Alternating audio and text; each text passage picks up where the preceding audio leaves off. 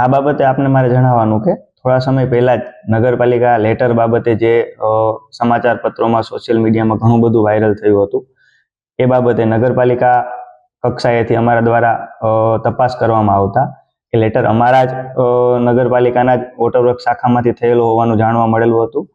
ત્યારબાદ જે તે ક્લાર્કની અમારા દ્વારા ખુલાસો માંગવામાં આવતા તેમના દ્વારા જણાવેલ કે નગરપાલિકા વોટરવર્ક્સ ઇજનેરશ્રી દ્વારા જ આ લેટર તૈયાર કરવામાં આવેલ હતો. એ બાબતે અમે એ ઇજનેરનો ખુલાસો માંગેલો તો વોટરવર્ક્સના શાખાના ઇજનેર દ્વારા જે તે સમયે સીધા હાઈકોર્ટમાં જઈ અને હાઈકોર્ટ પાસેથી દાદ માગી હતી. એ બાબતે હાઈકોર્ટમાં એમને કોઈ દાદ હાલ મળી નથી અને એ બાબતે હાઈકોર્ટના ડાયરેક્શન મુજબ અમે એમને થોડો વધારાનો ટાઈમ ખુલાસા માટે આપેલો છે. હાલ એ બાબતે વધારે તપાસ ચાલુ છે. અન્ય તો કોઈ તપાસમાં ખુલાસો આવશે ત્યારબાદ આપણે વધારે કહી શકીએ.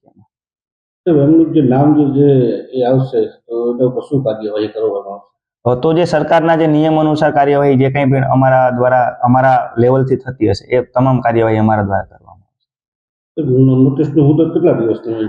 આપણે જે તે સમયે નોટિસ 7 દિવસ કે 5 દિવસની આપેલી હતી, પરંતુ હાઈકોર્ટના ડાયરેક્શન મુજબ 14 દિવસ આપવા, જેથી કરીને એમને કોઈ હાઈકોર્ટનું સરળ લેવું હોય અથવા તો બીજા કોઈ કાયદાકીય કાર્યવાહી મતલબ એમને જવાબો કરવાના હોય તો ટાઈમ મળી રહે, એટલા માટે આપણે હાલ 14 દિવસની નોટિસ એમને આપેલી છે.